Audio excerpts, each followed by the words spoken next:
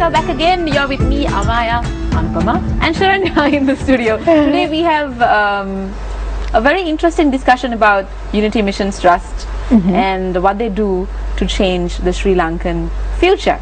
And we were discussing about the camps that's happening regularly every year. And Amaya has a very interesting question about Ekamutu Oreimaka. Yeah, which is the Unity Missions Trust. We just so Ekamutu Oreimaka. Yeah. That's the whole name of that's the official full name. So Ekamutu is Sinhalese for unity, Oreimaka is Tamil for one people, and Unity Mission Trust is what's in English. So these are for children who are aged from 15 to 19. 15 to 19. That is the primary age group that we work with. Okay, and that's where they can really absorb what's happening around them, and it's a perfect age because they're young enough that they're not impressioned too much, but they're old enough that they can actually really absorb what we're saying and carry on these relationships on their own, rather than very young children who need the organization they can facilitate these on their own and take it forward. So it's really a perfect age to work with. Shara, you told us before while we were discussing the whole UMT thing before the show began that you used to have camps twice a year. Yeah. Originally camps were twice a year. Now that they're so large and the organization itself has grown, and there are so many consecutive projects that are going on. For example, now the next camp is in September in Tangol, but before that we will be going to Kandy in February for a one-day refresher program, and then we will also be going to Mana and Vaunia in early April. So we do smaller programs as well to widen our range now. So main flagship event camp has been put for 1 year, once a year rather. So during all of these camps, no, that's it, go ahead. During all of this, I was wondering, have you been bitten by the travel bug as well during this time? I mean, you've been traveling all over the country at this point, and you've seen a lot more than just Colombo and its suburbs. Yeah, it's an incredible, well, I mean, I was very fortunate that growing up, my parents, rather than taking us abroad constantly, they're very determined that we see as much of Sri Lanka as possible. So I have seen a lot of Sri Lanka, and then through camp, I'm getting to see and it's a different side of the country that you see, because you're not traveling as a tourist, so to speak. You're seeing it, you're working at grassroots levels, you're working with the people who live there and work there, and whose lives are here. So it's fairly amazing, and it's a completely different side you see to the country. So it's really exciting, and I love it. You mentioned to us before that you fell in love with Jaffna. I fell in love with Jaffna. I'm in love with Jaffna. Both my parents are actually originally from Jaffna. My father spent most of his holidays of his childhood there. He studied in Jaffna College for a while, so he has very strong ties there. And I think we all went, so my sisters and I all went together for the first trip, and we weren't, I was very excited to go. I'd been dying to go.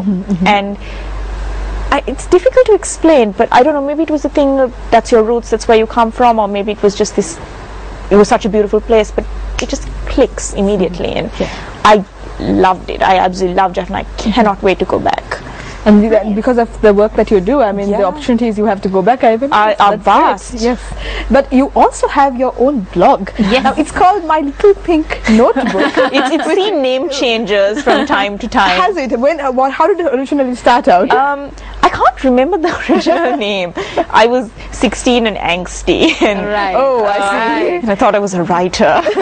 Blog, and then. For a while it was Colors of My World. And then what happened was, I think it was 2010 or 2009, I had this actual little pink notebook that I did a lot of scribbling in. So, and that's also when the blog took a turn, my writing took a turn, it became more specific and more grown up. And so then I renamed the blog My Little Pink Notebook, and though the original Little Pink Notebook has now been laid to rest, it lives on. It lives on. Form. It lives on the internet. You told us before that your mother has been saving your writing since you were 14 years old. Yeah, she has all these essays I wrote for English and things.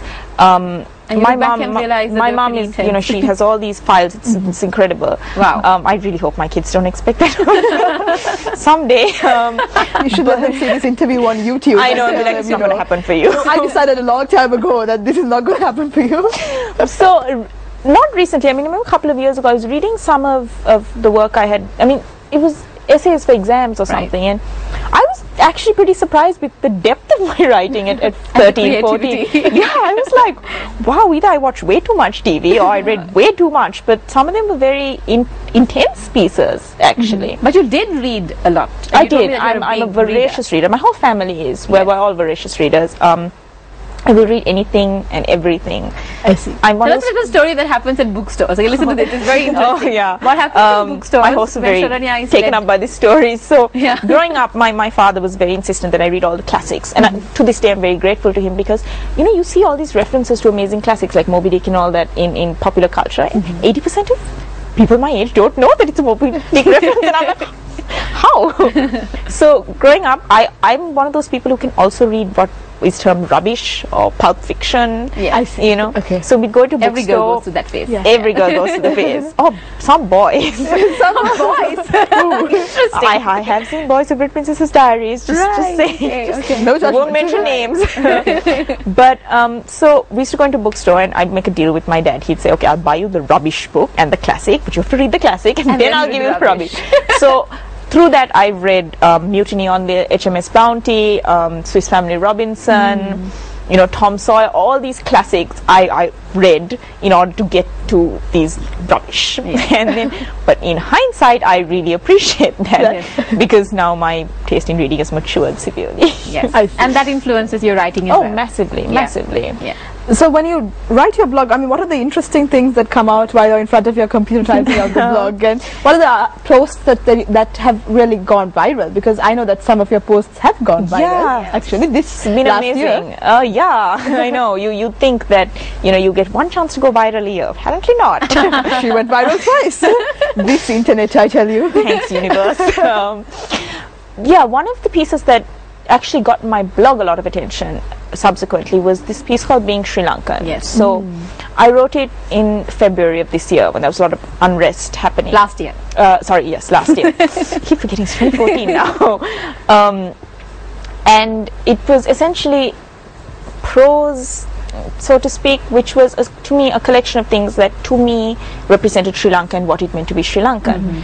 And I just posted it, and then I didn't anticipate the sort of following or the attention, the reaction that it would get. In fact, it had circulated on email as anonymous, and a lot of people sharing it as anonymous. So it was amazing. So you're not even aware about how many people have actually read your I actually have no idea. I have the official figures of like a few things I was able to track, which that in itself came to over 1,000. Wow. But I have no idea, you know, because I know a lot of people, a lot of family friends came and said, "Was that your piece? Like we got it on email and it was anonymous." And I was like, how did it get there? I had friends who forwarded it to me and said, "You should read this." I'm like, yeah, okay. So it was incredible, and then the blog got a lot of attention. But that's one of the pieces. There's another piece I wrote at the end of this year, which also got a surprising amount of attention, which was lessons I had learnt in 2013. Okay. And these were, you know, little things that I had picked up, like, you know, understanding that everyone has something to teach. It was very more philosophical piece, which also got a lot of attention. You know, posts about Toastmasters among the Toastmaster community have gotten a lot of attention. So it's a bit of a mini celebrity in the circles here, and as well as abroad, of course. But I mean, you always have positive criticism and positive response, I should say, and then there are always the naysayers who will point fingers and say, you know, what you say, you don't know what you're talking about. Have you had that kind of reaction as well to what you've posted? You know, Amaya, I think I've been incredibly fortunate in the reaction that my work, any of my work, has gotten, whether it's been speaking or whether it's been writing.